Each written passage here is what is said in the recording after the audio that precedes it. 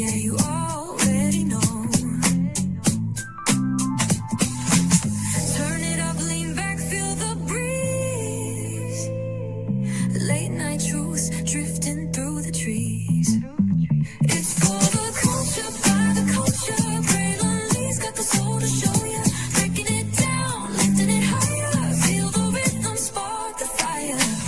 Headlines flip with a soulful twist. Behind the scenes where the magic sits. It's the heartbeat of the now and the then. Where the story starts and never ends. Tune in, lean and feel the groove. Every moment, a vibe you can't lose. It's for the culture, by the culture. Braylon Lee's got the soul to show ya. Breaking it down, lifting it higher. Feel the rhythm, spark the fire.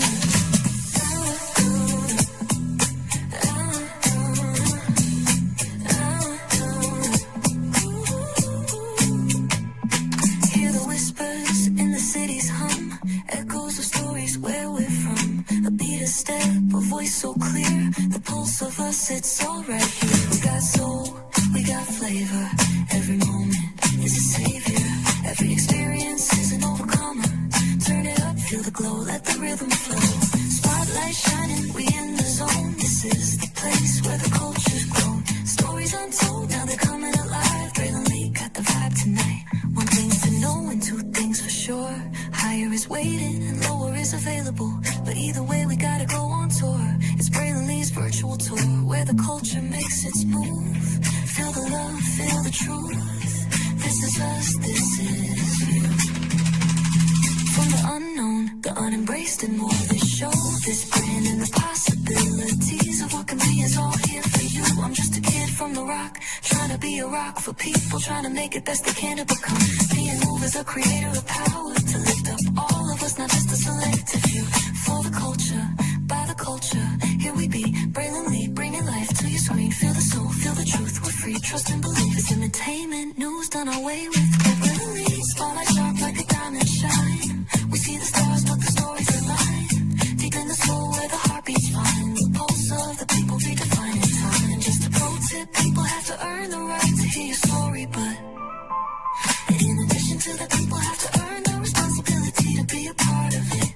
Just because we are not seen by everybody doesn't mean we are not being seen by who needs to see us. Noise equals attention and sound equals purpose. Anybody can be a creator, but it takes a somebody to be an artist.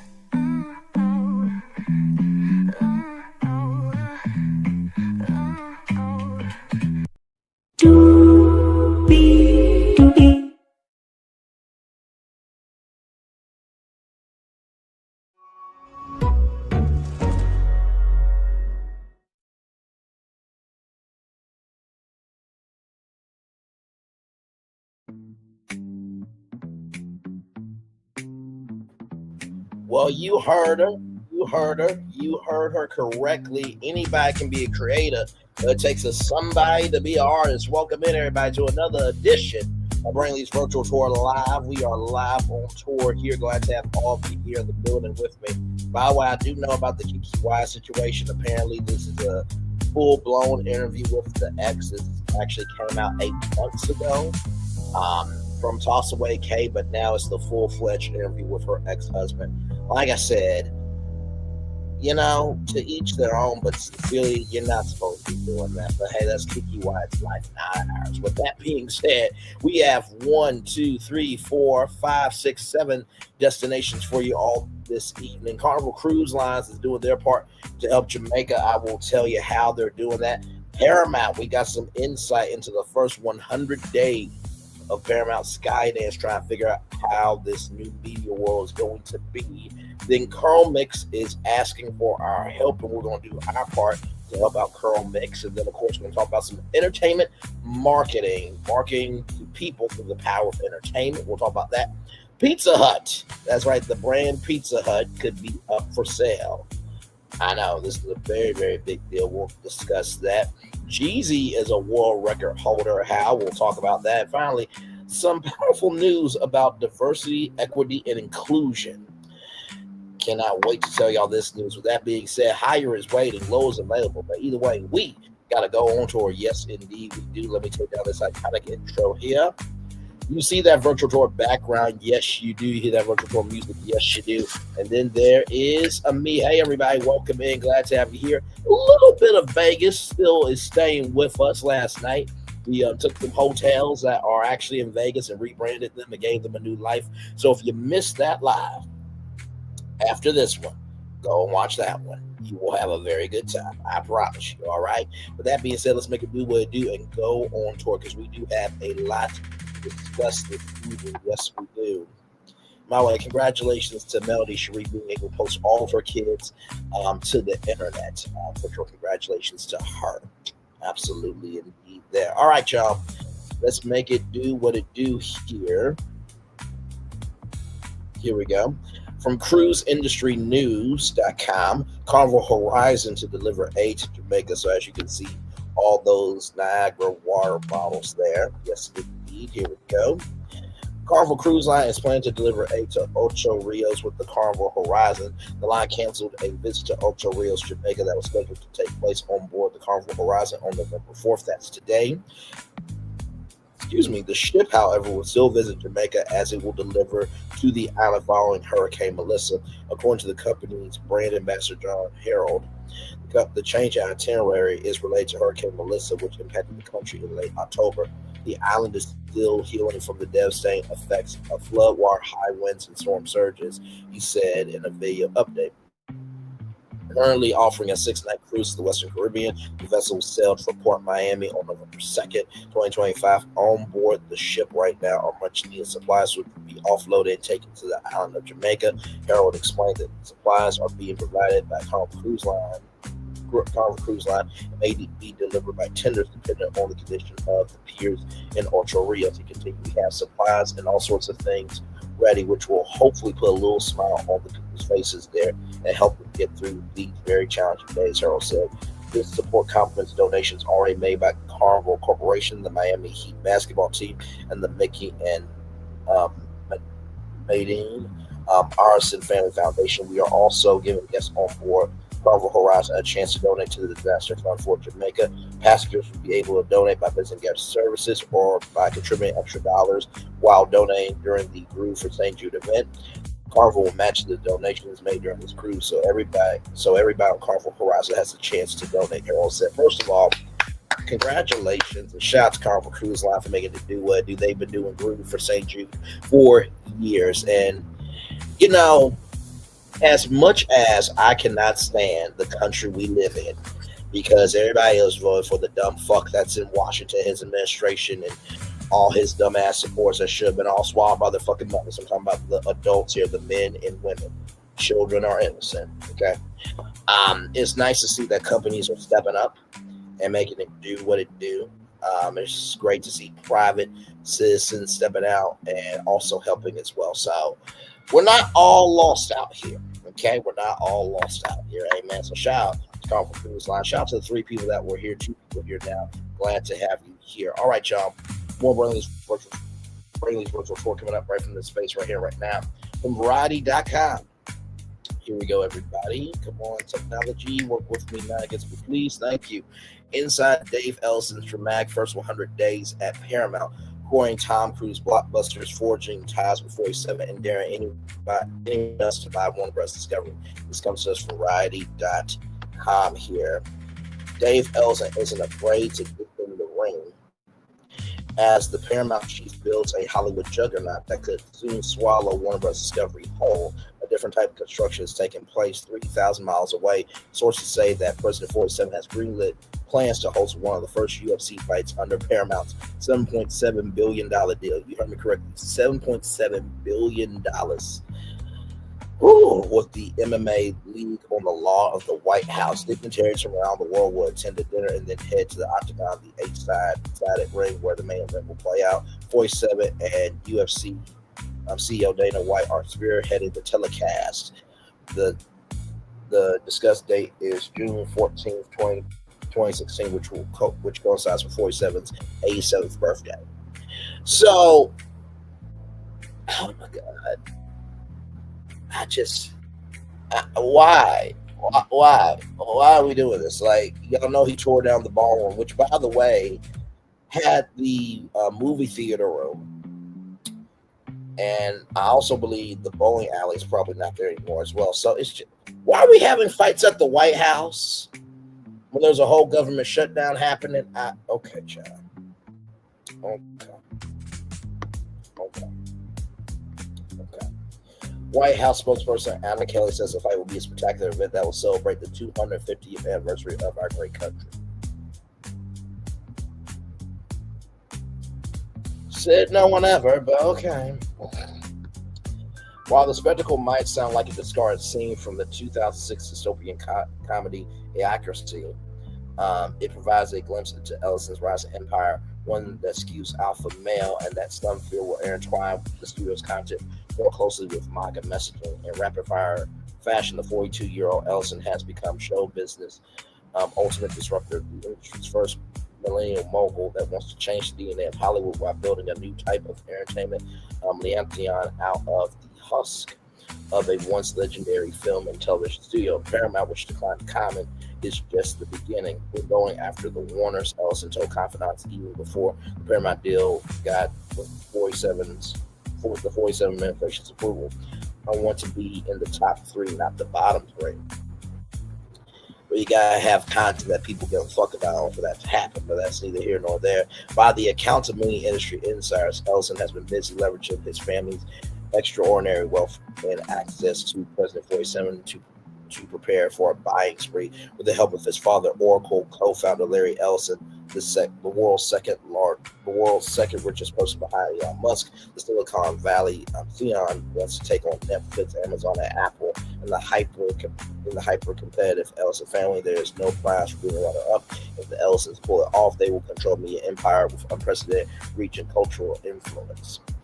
It's the Wild West, and these are the new cowboys, says producer John Peters, who ran Sony Pictures from 1989 to 1991. Peters says he has taken a $400 million plus stake, roughly 4%, in Paramount since he began trading on the NASDAQ as PSKY, so Paramount Skyline. Yeah. Things have changed, Peters adds, and now we're moving into the biggest revolution that you and I will ever see in our life, which is AI. You know, it's not really a revolution. It's not, okay? I mean, does it help out in some things? Yes. But can it destroy creativity? Absolutely it can. And I think people are kind of negating the point here. We have an AI actress that has Hollywood agencies like Creative Arts Agency, United Talents Agency, William Morris Endeavor. These agencies actually want to rep a artificial intelligence actress. They have a whole movie created through AI for AI director.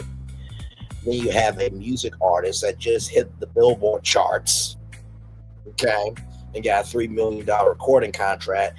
Then you have a channel called ROXI that has AI hosts. I would turn your attention to Willy Wonka and the Chocolate Factory, or Charlie and the Chocolate Factory, rather, the Johnny Depp version where Charlie's dad had to come in at the end of the movie and fix the toothpaste machine. But y'all not going to recognize it until it's too late. But carry on, though. The biggest revolution that we'll ever see is AI.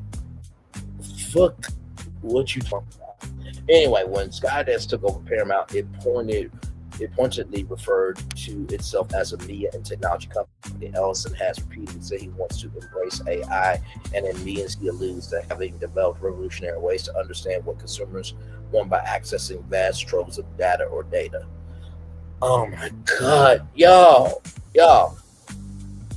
You know, here's the thing. Data like AI should be a resource, not the source. If you make every decision based on data, right, or data, guess what? You're going to fail at times, right? GMA on Monday just celebrated their 50th anniversary.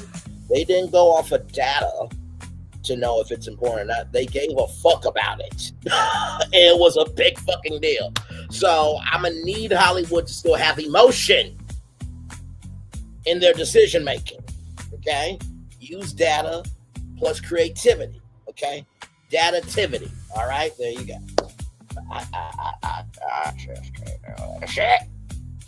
He's fond of boasting that Oracle's technological know-how will transform Paramount Plus from a second-rate app to a dominant player with a better user experience. Where all that data comes from remains a mystery. Some industry observers are skeptical that it will be enough to compete with Netflix and its by algorithm. They also believe that even if traditional studios like Paramount and Warner Bros. Combine, Netflix and other streaming giants are so much better established that it would be nearly impossible to catch up. And this is the problem, right? And I talked about this with Disney. Disney is trying to catch everybody, right? They're trying to collect every single audience member, right? And so what Disney needs to do is worry about their stream of consumers. Don't worry about the mainstream, worry about your stream of consumers. It's the same thing that Paramount needs to do. They need to worry about their stream of consumers. The people who like Paramount, super serve them, and eventually you'll get the mainstream. But if you try to get the mainstream and you give them content that they don't consume, then guess what? You're going to be right back to where you are. Shit. Just keep it in the book. Holy. Okay. Studios are irrelevant. They're on the ropes. So, Walt Disney Studios is irrelevant.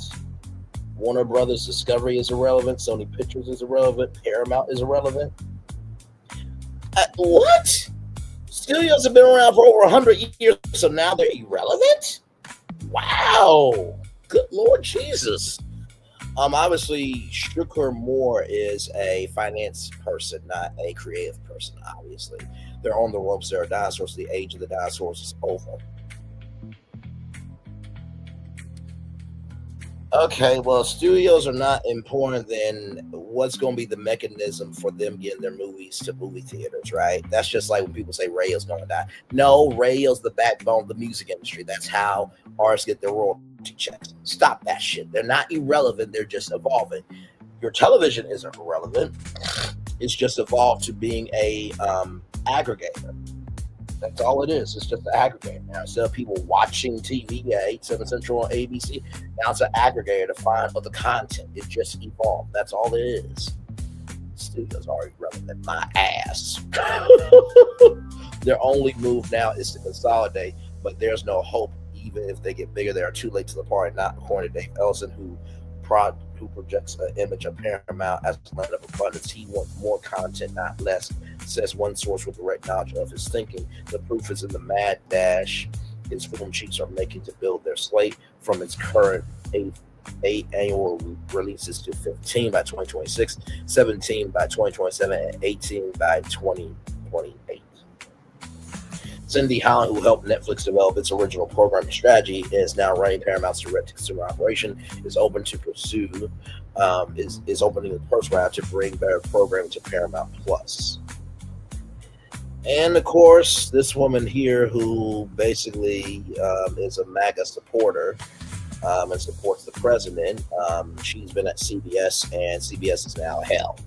So they don't care about journalism. They don't care about facts. They don't care about anybody that looks like them, sounds like them, or agrees with their logic.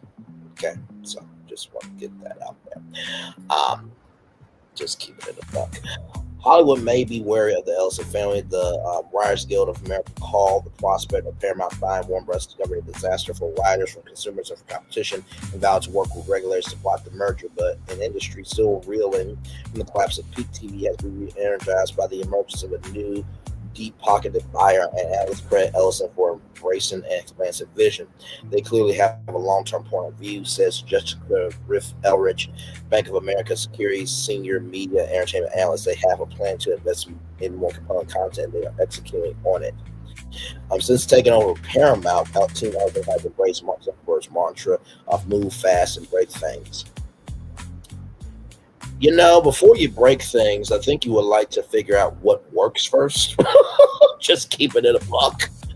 And not to mention, too, if you move too fast, right, then you miss important steps along the way. But hey, I'm just talking on YouTube. That's all I do. I just talk on YouTube. Spending money freely by purchasing Barry Weiss, the Free Press, a fledgling Substack-based news outlet, for $150 million.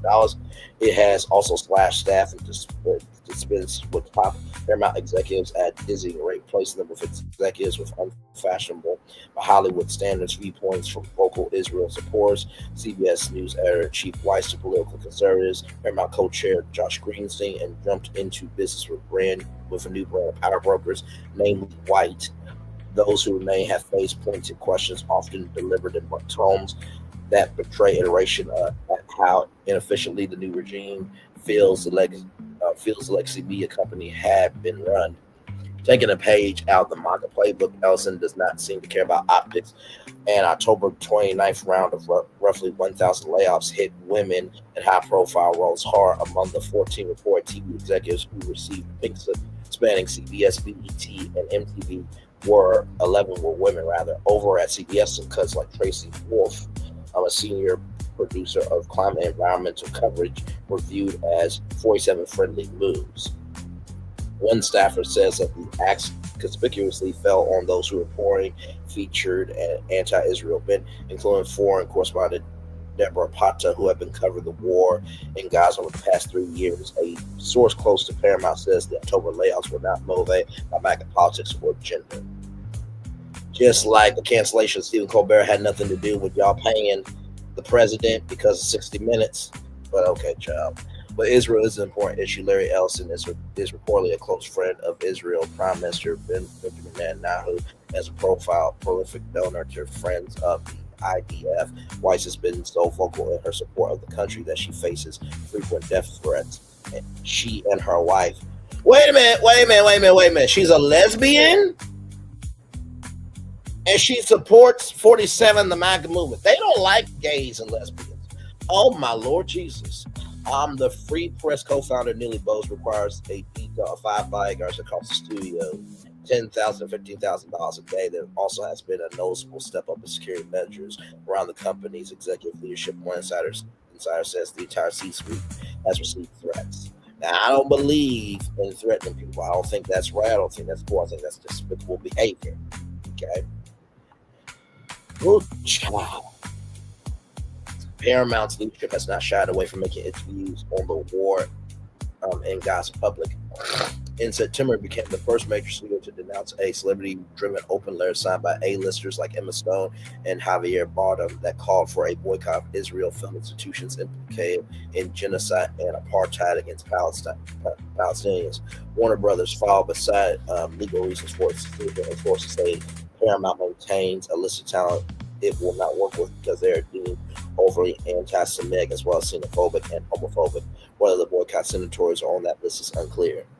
You know what this is giving me? This is giving me the riot, the union riot that happened with Walt Disney and communism, right? And he basically was a secret informant, right, for the FBI, and basically just told the government who was a communist when really none of those people were communists. They just disagreed with Walt Disney. So Walt Disney utilized his power in Hollywood to mollywop people socially. And it sounds like that's the same thing that's happening with Paramount.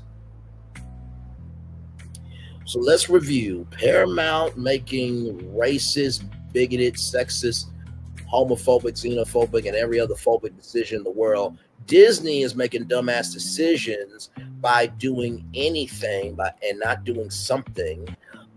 Folding Hulu into Disney Plus, moving Good Morning America out of Times Square and into the bottom of a basement in a building, hang on, let me flip the reverse and ride it back. Moving Good Morning America out of Times Square, putting them in the bottom of a basement in a building that is a glorified building named after oneself, the Robert A. Icke building. At NBC, spun off their networks, and allegedly they want to buy Warner Bros. Discovery's movies and TV shows to add to their portfolio. And it's just like, I know that you had to offload that, which were the cable networks and everything else, but like, are you going to incorporate that all into NBC? because all that content can't go there. So you probably are buying it to beef up the Peacock infrastructure. But hey, that's just my take on it. And not to mention too, with NBC Universal, it's like all you have is Bravo. So you really don't have any other networks to diversify your portfolio, right? So okay, moving on. Around the studio lot and offices, open debate about business strategy, even arguments that can grow heated are more frequent than under the previous regime. Greenstein, a former top Sony executive enlisted to run the studio with Skydance veteran Dana Goldberg, is said to have a different professional style than his boss, Jeff Snell, the former NBC Universal chief who was installed as Paramount president, a person who observed them together compares them to oil and water. Charming. Just charming. Elson has not been immune to pushback from the staff. Greenstein and Goldberg tried and failed to dissuade their boss from giving Will Smith and his company Westbrook the overall deal with the studio, arguing that the Oscar slap controversy and a dodgy box office track record will result in more headaches for hits. Are you serious? Are you fucking serious? Y'all hired Barry Weiss, a person who's a lesbian and supports the president, and y'all got rid of diversity, equity, and inclusion initiatives, but y'all didn't want to give Will Smith an overall deal with the studio? I think Will Smith is more beloved than the president, but far be it from me to give a fucking damn opinion. I can't do this shit. What the actual fuck? Despite the disagreements over strategy, there's a shared sense of urgency around the need to fundamentally transform Paramount as the new executive leadership recognizes it must move fast and pull off its grand plans. In addition to signing down talent deals with Smith and Matt and Ross Duffer, the brothers behind Netflix's Stranger Things, the team is trying to assemble a slate of films that can attract audiences for years at a time when the box office is in a slump. Ellison personally courted a complete unknown. James Mangold is shelling out up to $100 million to produce the high side of Morocco's thriller that will be the director's next film with Timothée Chalamet. Insiders at Paramount insist that the film will cost less and no official budget has been set. Some long gestation productions, such as the Miles Teller sports drama Winter Games, have been put into turnaround, while there has also been a focus on reinvigorating certain franchises. The hope is to have a fresh Star Trek movie. Oh my God. Okay.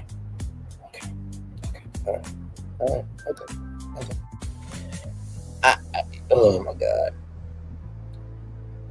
Here's the thing with Star Trek. It's just like Star Wars. And those Star Wars fans and those Star Trek fans, they are very critical. You do one wrong move, your ass is fucked. Okay? So I don't know if Dave Ellison is just going to get anybody from 47's, Rolodex, his dad's Rolodex, that is just going to, cultural wash the magnitude and the connected tissue of Star Trek. But fresh, okay, child, you're talking about a fresh Star Trek movie, but yet Paramount ain't shit right now. Okay. How can you produce something fresh when you have nothing of value that people are watching from Paramount? I just don't get it. But moving on. Though the studio has moved on from the idea of bringing back Chris Pine, Zachary Quintino, and the rest of the ensemble from the J.J. Abrams reboot, is also working on sequels to Top Gun and Days of Thunder. But the film star Tom Cruise recently visited the Paramount lot to congratulate the Skydance team on its takeover and to discuss return of franchises and other possible collaborations. Some of the films that Paramount is greenlining including a movie about a cowboy and his dog, searching for his missing daughter, that has been likened to a Western version of Taken, or described as American-centric and geared toward the middle of the country.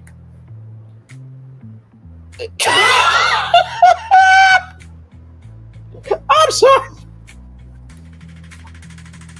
This is y'all being creative? There's only one person who says, I don't know who you are. I don't know where you are. I will find you and I will kill you. That's Liam Neeson. Okay? Oh my God. Y'all are so fucking nasty. Y'all want to do a Western version of Taken. Well, I reckon you took my damn dog, motherfucker. I took your damn dog because you didn't pay me my fucking ass money. Really, that's gonna be the plot? Okay, okay, okay. All right, y'all are the smart ones. Okay, said no one ever. Not everything has gone smoothly. The Skynet team was shot when Taylor Sheridan, the creator of many of Paramount Plus's biggest franchises, such as Yellowstone and Tulsa King, defected for a lucrative deal with NBC Universal. Ellison has spent time cultivating Sheridan, flying down to Texas with Shell, Greenfield, and Goldberg, where the new mogul suggested possible shows that could be addition to the Sheridan universe. The overtures backfire, with Sheridan preferring a less corporate approach, although Sheridan, whose content plays big in rest of America and presumably would have fit in seamlessly with the new mentality, has 3 years remaining on his deal with Paramount. His exit leaves a big hole. Yeah, because what that brother has done with Yellowstone, oh my God. So now what's going to happen is David Ellison, Paramount has to find a new cash cow. And also, too, is this going to be like 50 Cent in Stars, where 50 Cent, really doesn't have control over power like that because Stars does what they want to do. So would that be the same thing for, the Yellowstone franchise? And not to mention Sheridan, who really has done quite well, Taylor Sheridan.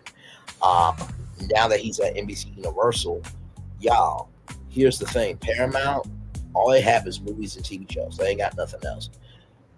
Epic Universe just opened up, right? So imagine Yellowstone Bar and Grill at Universal City Walk in Orlando, right? So there's more platforms for Taylor Sheridan to play with. And also, too, creatives connect with creators. Creatives and corporate people don't ever mix well. Unless you have a corporate person who understands the creativity side of Hollywood, which those are few and far in between.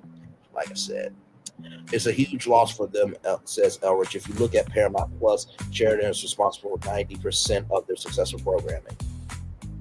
That part, 90%? 90%. So basically, your whole platform is going to shit in 3 years, and y'all don't have a game plan. Check out. Before he leaves, though, Sheridan will help Paramount deliver on one of Ellison's biggest priorities. He's been tapped to write the screenplay for Call of Duty, an adaptation of the popular video game franchise that encapsulates the kind of patriotic flag-waving films the studio wants to make. So this is basically 47 Media, low key. Oh my God, child! Listen. Shit. Okay, moving on. The director of the film is Pete Berg, who recently said on the Joe Rogan Experience, "I think 47 is doing some great things." Said no one ever. The type of cinema that could land talent on a blacklist anywhere but Paramount. In person, Elsa has an all shucks demeanor and strikes people who have worked with him as a wonky, unfailing, polite, and a little shy. But since he took the reins at Paramount, he's instilled a very different climate from the left-leaning one found at most studios. Prior to the merger, television sets and executive offices were usually turned to CNBC or CNN. Now some employees have conspicuously changed the channel to Fox News, according to one executive.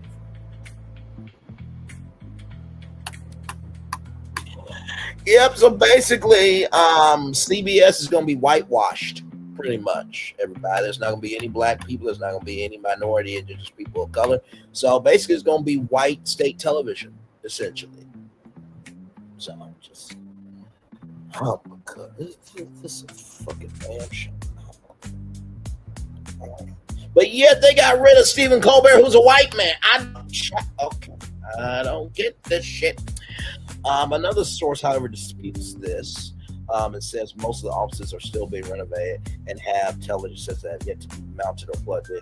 Over on the Melrose lot, Greenstein boasts about hitting the shooting range, while at CBS Midtown headquarters and the Race and Culture Unit formed in the aftermath of George Floyd's murder in 2020 has been resolved. Of course it's been resolved.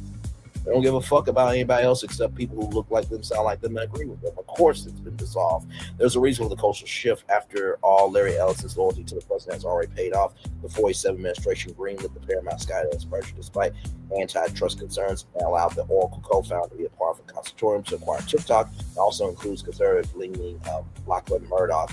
Now, Ellison advisors are primarily crowing on that they are the only viable choice to buy Warner Bros. Discovery, given that rivals will face obstacles from U.S. regulators, whereas Ellison could get the deal done. 47 is already giving West a vote of confidence, saying CBS News has great potential.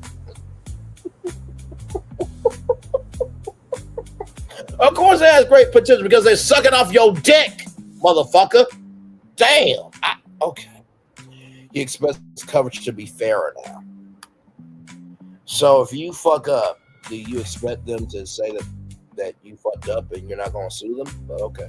For his part, 47 told press gaggle aboard Air Force One, and I told that Larry David Ellison, a friend of mine, which supporters of mine, then with a lie that could have been lifted from the Godfather, person added, and they'll do the right thing. Most of Hollywood is buzzing about what the U.S. cultural landscape might look like if the Ellisons succeed in acquiring CNN and the rest of Warner Bros. Discovery. The Ellisons have made 2 offers for Warner Bros. Discovery after floating a trial balloon in September about its plan to bid, which had the effect of putting the company in play. Netflix is reportedly considering making its own offer, although some industry sources believe the streamer is mostly trying to drive up the price Paramount Skydance will need to pay. The expectation is that the Ellisons will prevail. When they do, they'll have access to a far richer and deeper library than the one they control at Paramount. The Burbank studio also boasts DC Studios and its arsenal of superheroes, certain rights to Harry Potter and HBO, still the preeminent tastemaker in the television world.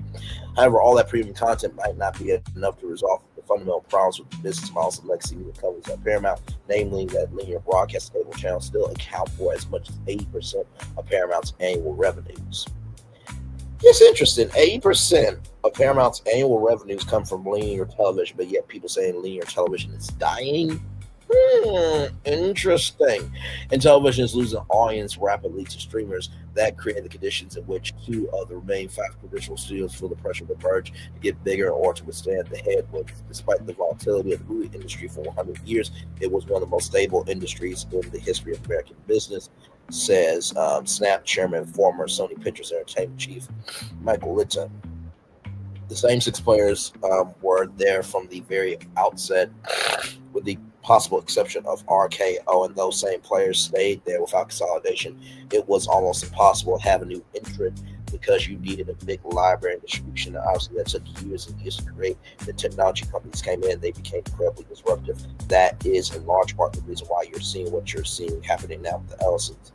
The Ellisons should be careful what they wish for. Most media mergers ultimately aren't worth the time and effort. For every small acquisition like Disney's purchase of Marvel, there is a corporate catastrophe on the scale of AOL Time Warner. Synergies often fail to materialize. It takes upwards of 3 years for companies to integrate. Dave Ellison is aware of that tangled history, telling acquaintances that he does not want any purchase of Warner Bros. Discovery to mirror Disney's $71.3 billion deal for much of 21st Century Fox, a fact that's now widely considered to have been too costly. Almost every major media deal has been a disaster, says Doug Hoops, senior media entertainment analyst with TD Cowen. People always convince themselves that even though they've all blown up in the past, this time will work for them, they're almost always wrong. While Dave Ellison is the front man of the family's Hollywood forays, there's a sense that he is moving lockstep with his father, who brings a mentality far different than what has reignited in Hollywood for more than a century. That the mogul with the most content wins. Instead, he follows a different guiding principle. Larry Ellison has a fundamental belief that the guy with the most data wins, said Derek Rosenfeld, the first president of CBS New Media, now CBS Interactive, and co-founder of Market Watch. That has been his mantra at Oracle. That is what's going on with the Warner Bros. Discovery bid. And Larry wants to solve the earth so that competitors can't come back by buying all this now and doing it quickly when he has to manage a store game over for everybody else. Among Paramount's competitors, Netflix is said to be the most shaken by Ellison's arrival and seemingly endless supply of capital. A spokesperson from Netflix denies that characterization. Paramount's resurgence comes as Netflix has been targeted by the Mac faithful with calls for consumers to cancel their subscriptions due to what they label as woke content aimed at kids. And Wall Street seems to have its concerns handing Netflix on October 22nd its single worst date since 2022. Whether or not the Ellisons captured the Warner's flag, they face morale problems. The first round layoffs cut deep enough, but another 1,000 pink slips are expected globally in the second round. Prospect of full AI integration spells doom for many at a time when spirits already low rather. Some say they could overlook the studio's 47 return, which could have um, reverberations right down to the news division, but they are incensed by the casual bloodletting of October 29th carry out in a drip throughout the day, stoking greater anxiety. I have lost a lot of friends, a lot of really great writers, and a lot of really great journalists have lost their pay, have lost their jobs to pay for burying six bodyguards of $150 million deals that CBS staffer. I think that's bullshit. And I agree with that CBS news staffer. That is bullshit. Another Paramount executive was shocked by how cold the company has been with people who have worked there for decades. They didn't show a lot of respect. The exec says, "I've been through other mergers, and there's no other way to describe this one than merciless. It's a new way of doing business." Holy, he says Lee Bronfman Jr. 2.0. So, what do I think of this article? First of all, it's fucking sad that this is happening at Paramount. I mean, you have MTV, you have Nickelodeon, you have great brands, and I don't get Hollywood nowadays. They say they're about creativity, but yet they're more about data than understanding art. And, art and commerce have never really gotten along.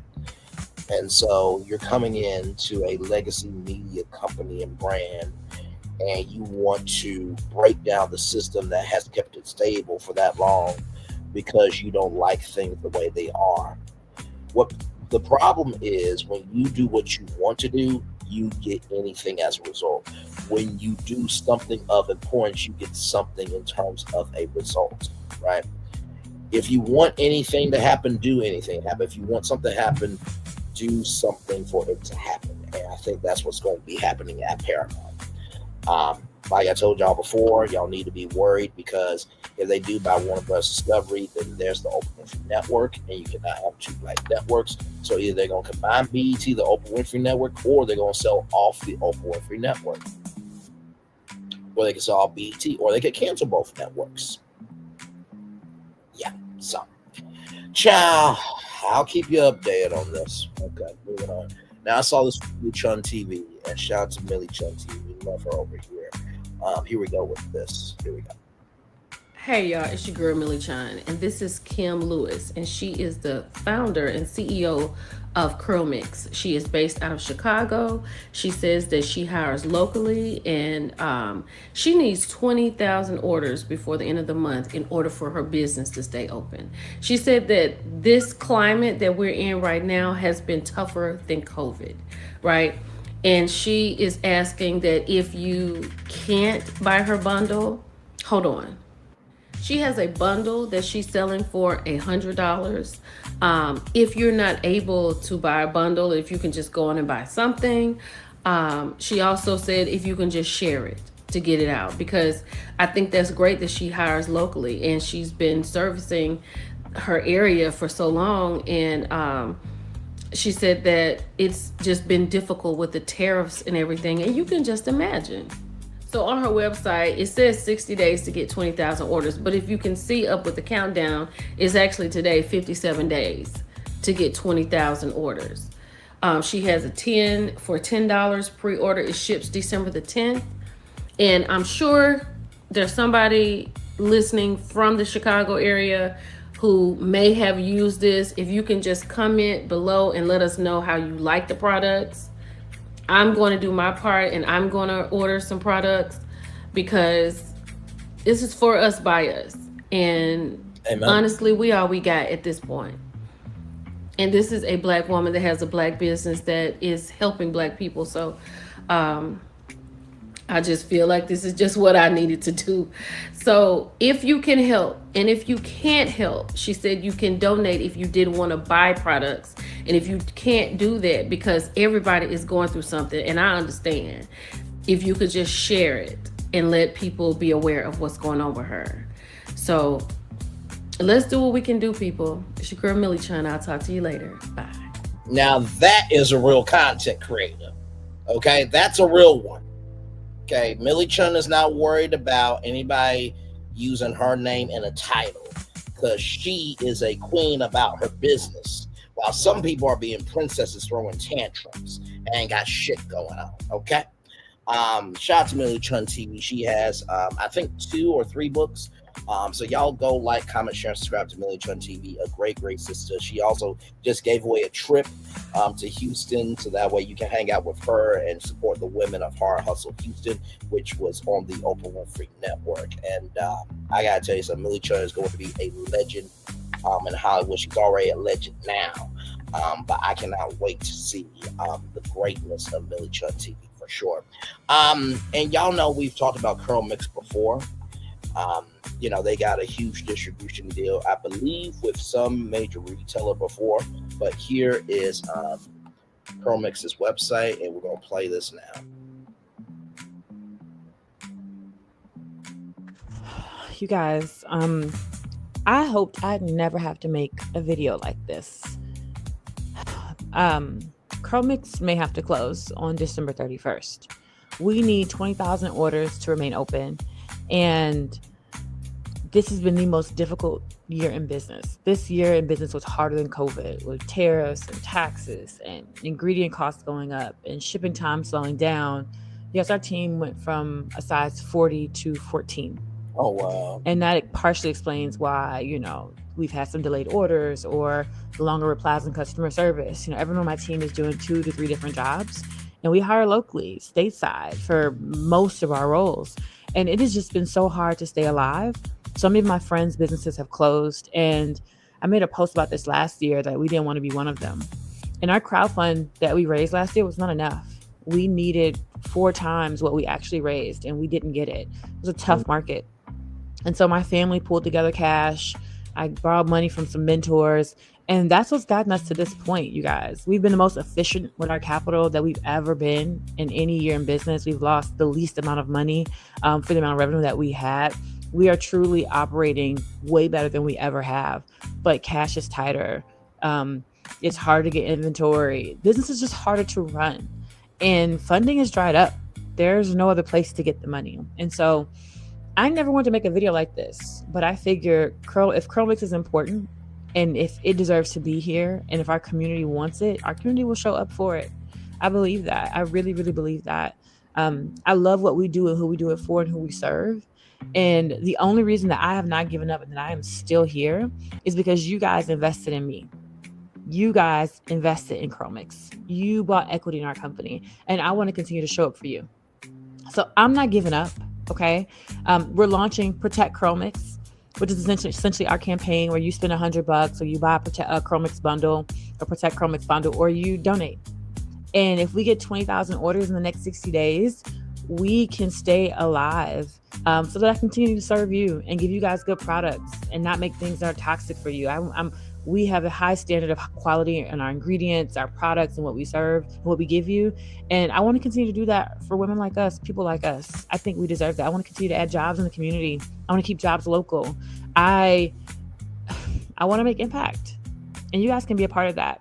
And thank you for everything you've done thus far. You're like, girl, I don't got it to give. That's okay. Can you share the campaign? I appreciate everything that you've done. Truly, truly, truly. Yeah, guys, help us protect CurlMix. And thank you for everything you've done thus far. We couldn't be here without you. Now, see, that's how you handle business. Okay? She didn't run away from anything. She didn't have to give away no Gucci bags. She didn't have to do this, that, and the third. She owned her shit.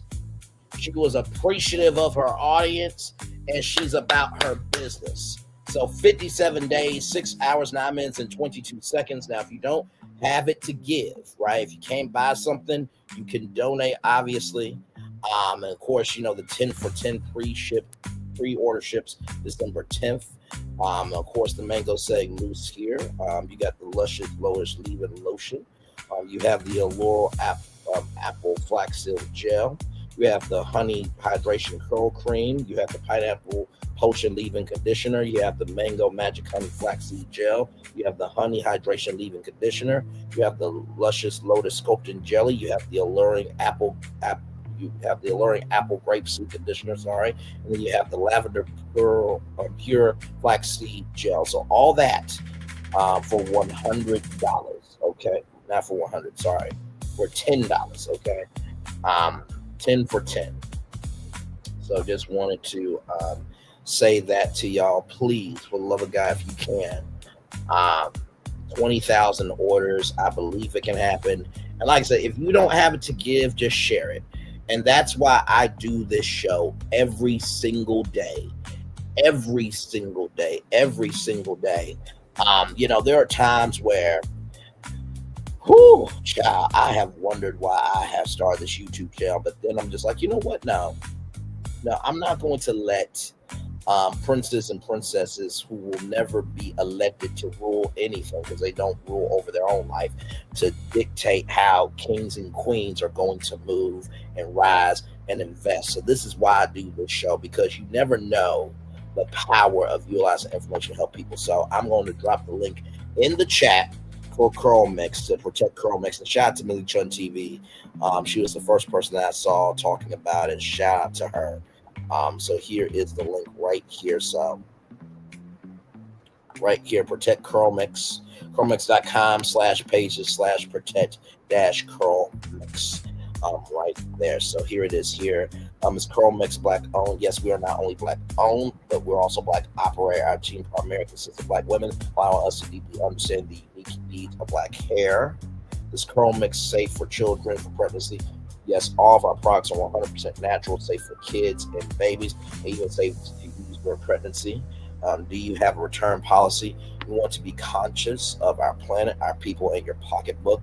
Returns have a considerable impact on our environment, the safety and well-being of our team members. However, we do offer store credit refunds. If you don't love what you choose, simply contact customer service and we will refund you in store credit. Our products really do work and we stand by them, so we will refund you in store credit. This way you can try something else from our collection and find the products that work best for your individual hair. You get to keep what you purchase and you help save the planet and protect our staff all at the same time, plus no more frustrating trips to the post office. So right here, we formulate, this is all natural, rather, what are the ingredients? We formulate our products with only 100% safe, natural, organic ingredients and make them by hand in Chicago.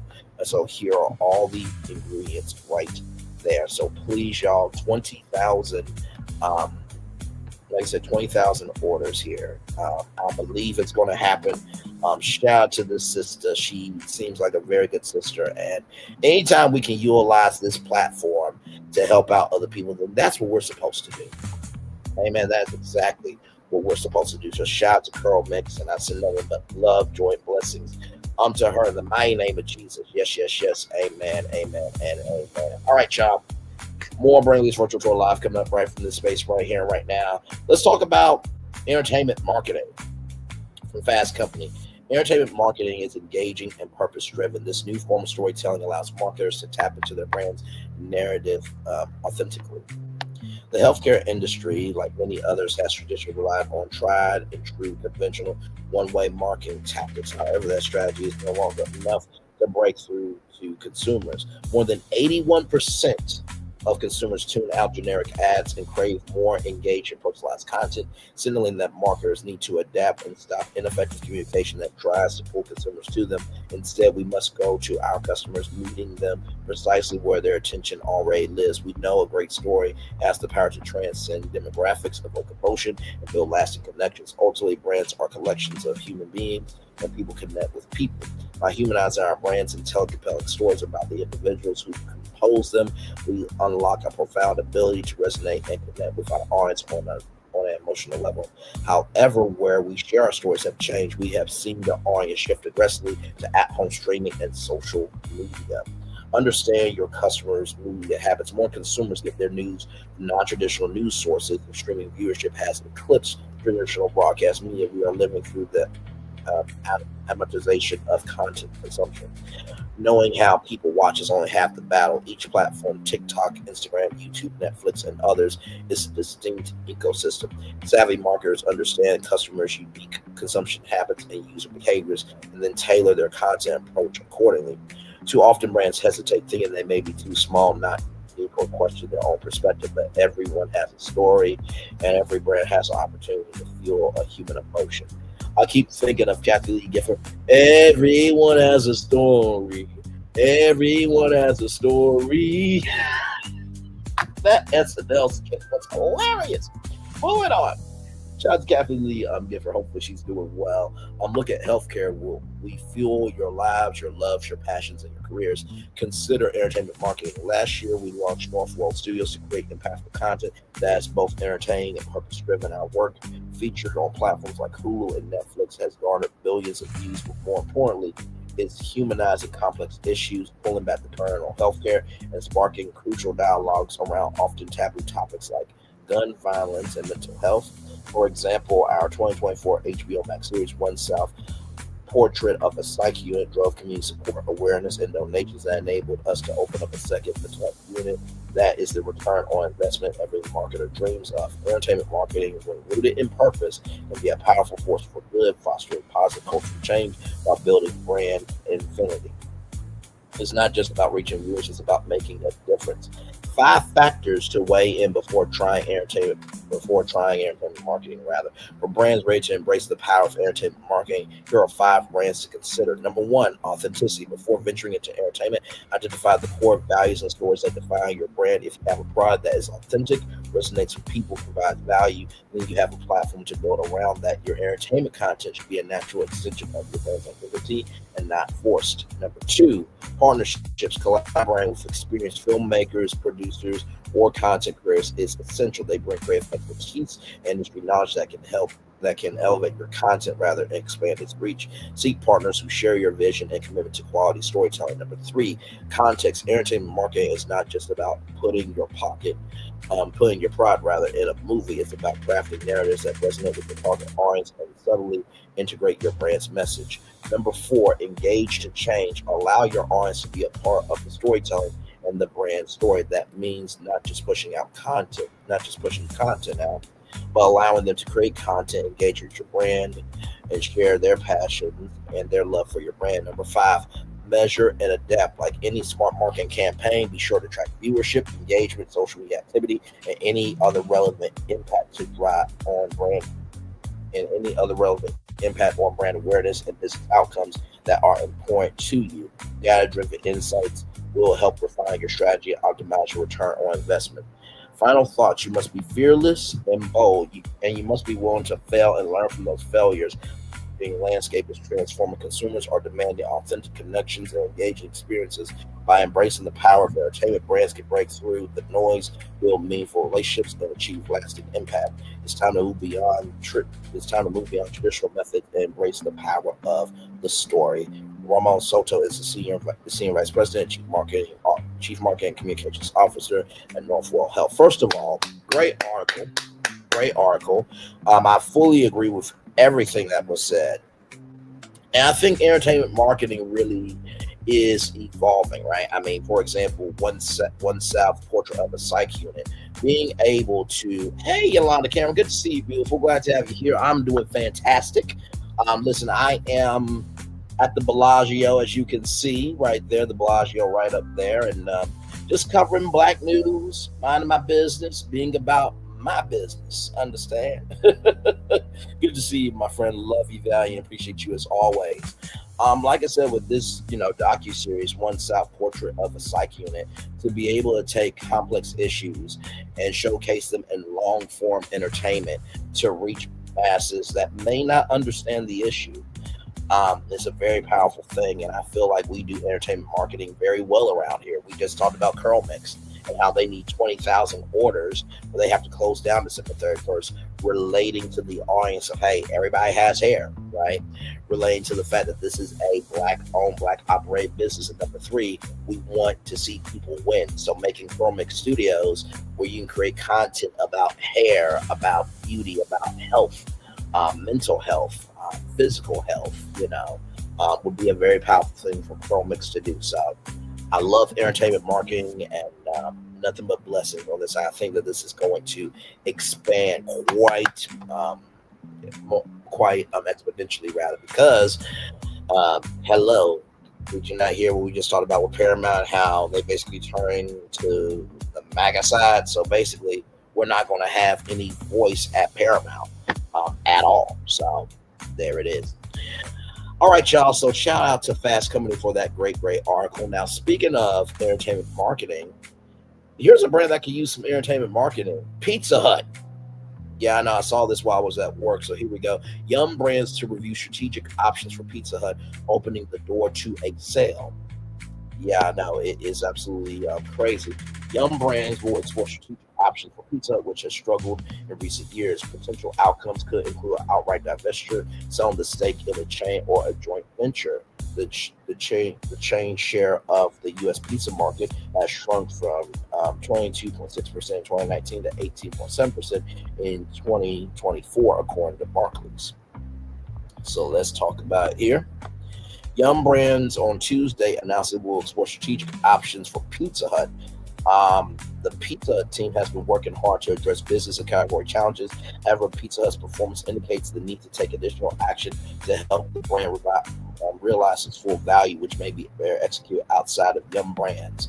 So for those of you who don't know, Yum Brands is connected to PepsiCo. So you have Pizza Hut, you have Taco Bell, you have KFC, and then you have the Habitat Burger Grill. So those four brands. So Pizza Hut being out of that is a huge deal.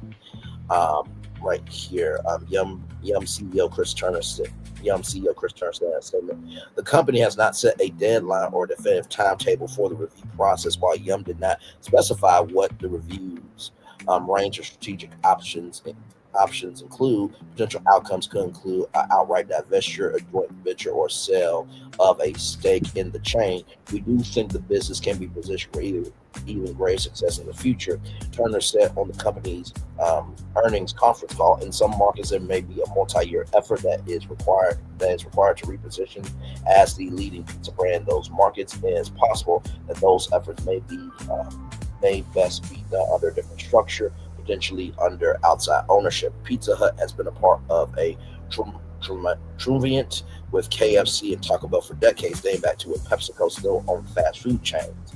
The beverage giant spun off the restaurants in 1997, christening the new company Tricon Global, later renamed Yum. Tuesday's announcement captured years of struggle for Pizza Hut.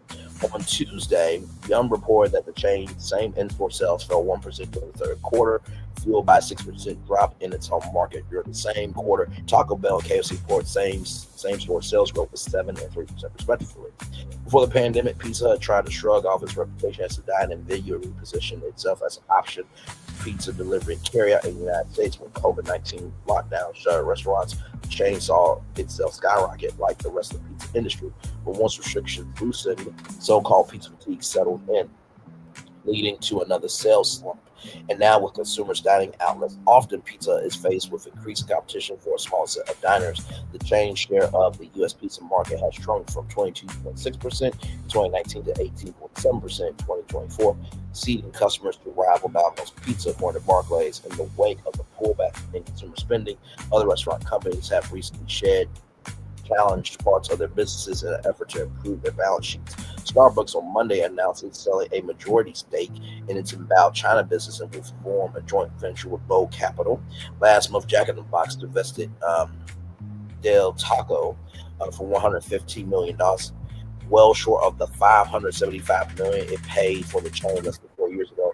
And Krispy Kreme sold its remaining stake in Simon Cookies and some of the focus growing its U.S. business profitably. Let's see if there's any more of this article. Nope, I think that's about it. Okay. So what do I think about this story? Well, first of all, it was a surprise to me. I have to tell you that Pizza Hut being up for sale. I'm like, Pizza Hut up for sale? Where they do that at? And I'm just like, okay, so where could they go? Where could they go? is the question.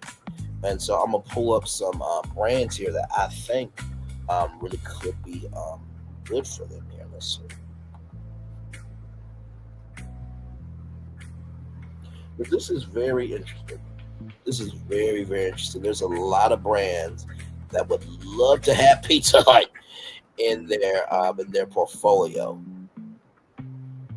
So give me a moment as I pull some of these up here.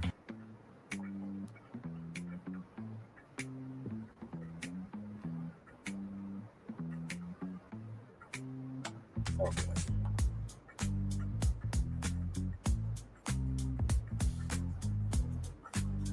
Give me a moment here.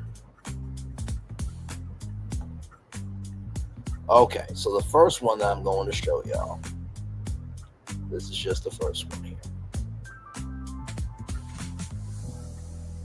So this first one, right, is Inspired Brands LLC. Oh, hang on, let me refresh it. Okay, there we go. So this is Inspired Brands LLC. It owns Arby's, Buffalo Wild Wings, Sonic Drive-In, Jimmy John's, Dunkin' Donuts, and Baskin-Robbins chains.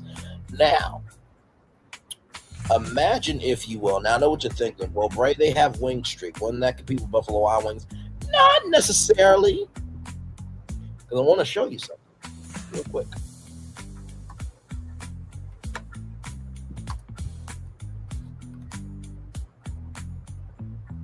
Check this out.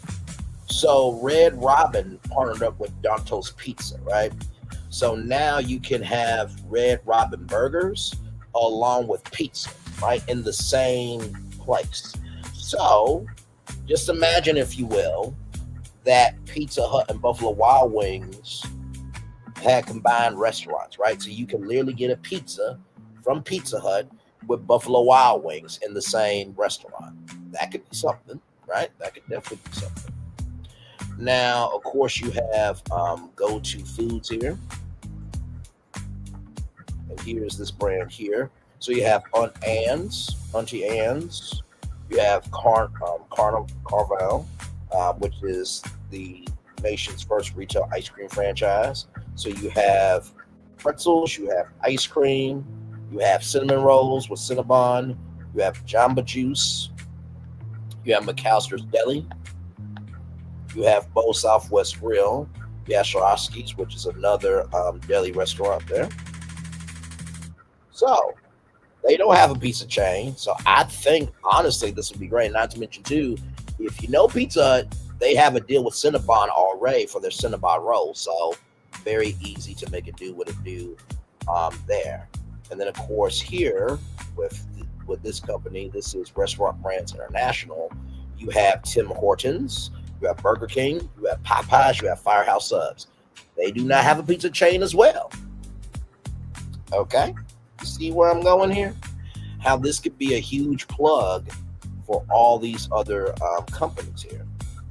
And then, of course, Blooming Brands. If you guys know Blooming Brands, they are known for a place called Outback Steakhouse. So you got Outback, you have Carrabba's Italian Grill, you have Bonefish Grill, you got Fleming's Prime Steakhouse and Wine Bar, and you have Blooming Brands International, right? So you have this company here, and they're more elevated food, but I don't think they wouldn't mind having a cash cow Pizza Hut in their arsenal. And then, of course, you have Brinker International here. Bring them up.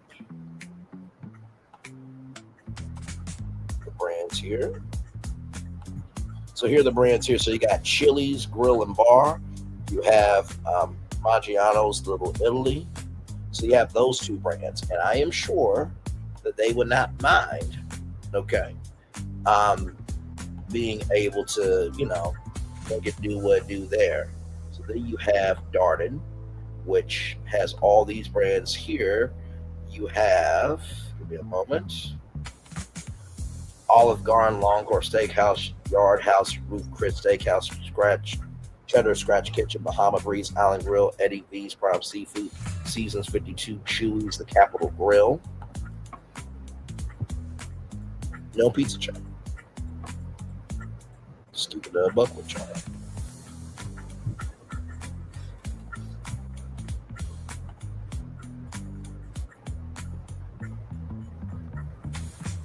right here, crave-worthy brands. You have Big Chicken, that's Shaquille O'Neal's brand, wing it on like a champ.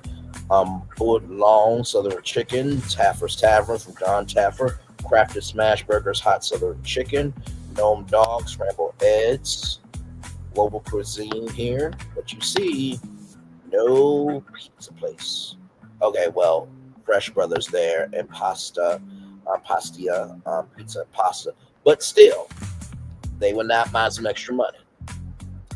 And then there's one more. Just one more brand. Just one more. Just one more, everybody. And this one could be a wild card. Give me a moment.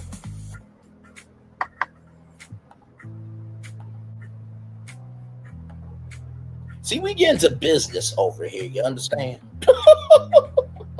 Dime Brands, which owns Applebee's, Neighborhood Grill and Bar, International House of Pancakes, IHOP, and Fuzzy Taco Shop. They've already done a hybrid restaurant of Applebee's and International House of Pancakes.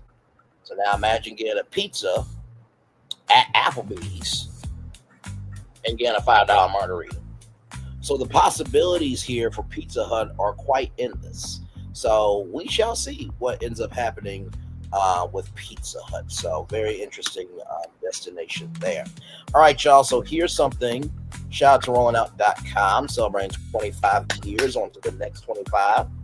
So Jeezy stuns with a full orchestra performance. Atlanta rapper earns Guinness record celebrating trap music legacy. So here he is here with a Guinness World Record certificate there. The lights dimmed at Planet Hollywood Casino as an unprecedented moment in hip-hop history unfolded. Jeezy stood before a massive 101-piece orchestra ready to deliver a performance that would land him in the Guinness Book of World Records. This wasn't just another concert. It was a statement about how far trap music has traveled from Atlanta streets to the grandest stages of entertainment. The performance marked the 20th anniversary of Let's Get Thug Motivation 101, the album that solidified Jeezy's place as a foundational voice in trap music. But this Vegas spectacle represented something bigger than nostalgia. It showed that hip-hop continues to evolve, absorbing influences that once seemed worlds apart from the genre's origins. Breaking records of redefining hip-hop, Guinness adjudicator Andy Glass presented the official certificate on stage, recognizing the largest orchestra ever assembled for a hip-hop concert. Jeezy captured the moment in a sleek Instagram video, sharing his gratitude with fans who have supported his vision throughout his career. He explained that his purpose has always been to motivate and inspire his culture. Thanking everyone who believed in making this achievement possible. This one, he said, is literally for the books. The rapper emphasized that this accomplishment extends beyond personal victory. It represents a significant moment for the culture, for music in Vegas. For Vegas, rather, he thanked every musician, every fan, everyone who believed they could take this vision all the way to the record-breaking status. So here it is here. Hold on, Jeezy,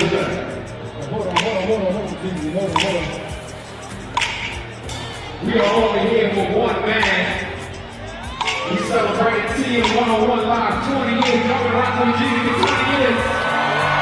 So ladies and gentlemen, Las Vegas, on behalf of the squad, Color of Noise, BBE, we want to make some noise right now. Let me hear y'all stand to y'all feet. Make some noise for Jeezy Jenkins, y'all. Excuse me. No shit. I done seen some shit before, but I ain't never seen 101-piece orchestra with a hip-hop artist in my life. Oh shit. I feel like this ain't never been done before, right? You understand? I ain't never seen It's like some world record shit, right? Be a world record or something. Matter of fact, speaking of that, I got a man from Brooklyn, all the way from the Guinness Book of World Records. Andy Glass is here. Oh shit. Official adjudicator with Guinness World Records, and I travel all across the world to give out Guinness World Records titles. Jeezy, today, you set a new Guinness World Records title for the modern. Give it up! Make some noise! It's a huge deal, man. The largest orchestra for a hip-hop concert ever in history. Look at that, man. That's amazing. Motivation 101, one of the greatest ever. Now etched in the history books as exactly as it be written. The largest orchestra for a hip-hop concert is 101 members. That means all of them are record holders as well. Like Jeezy Jenkins performing with Color Boys Orchestra, composed by Derek Hodge and musically directed by Adam Blackstone in Las Vegas, Nevada, USA on November 1st, 2025. Make some noise for Jeezy, y'all. There it is, right there, y'all. Look at that. Man, that is cool. I'm speechless, my God. You know, first of all, I received that. Thank you for traveling this far for this. Y'all make some noise for the color boys, though, folks. I couldn't do this right without them. Y'all make some noise for yourselves, because if you weren't here tonight, this wouldn't even be happening. 20 years. That part. 20 years. You know what's crazy? I used to read the Guinness Book of World Records when I was in school. You know what I'm saying? But this is amazing. This is what it's about. Staying focused. You know, not paying attention to the noise and trusting the process. And going with the Most High, man. I love y'all. This is real.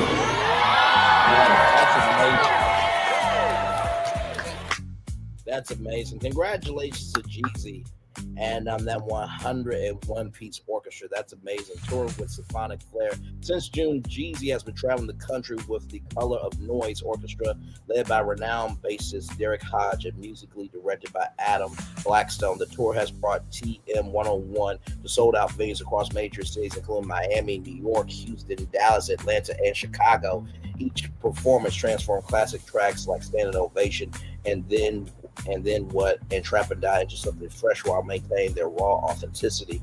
The orchestral arrangements adds layers of sophistication without diminishing the great essence that made these songs resonate with audiences 2 decades ago. Strings swelling around familiar 808s, creating a sonic experience that bridges street culture and classic tradition. Right, longtime fans get to hear beloved tracks reimagined through a completely different lens, proving that trap music can hold its own alongside any genre.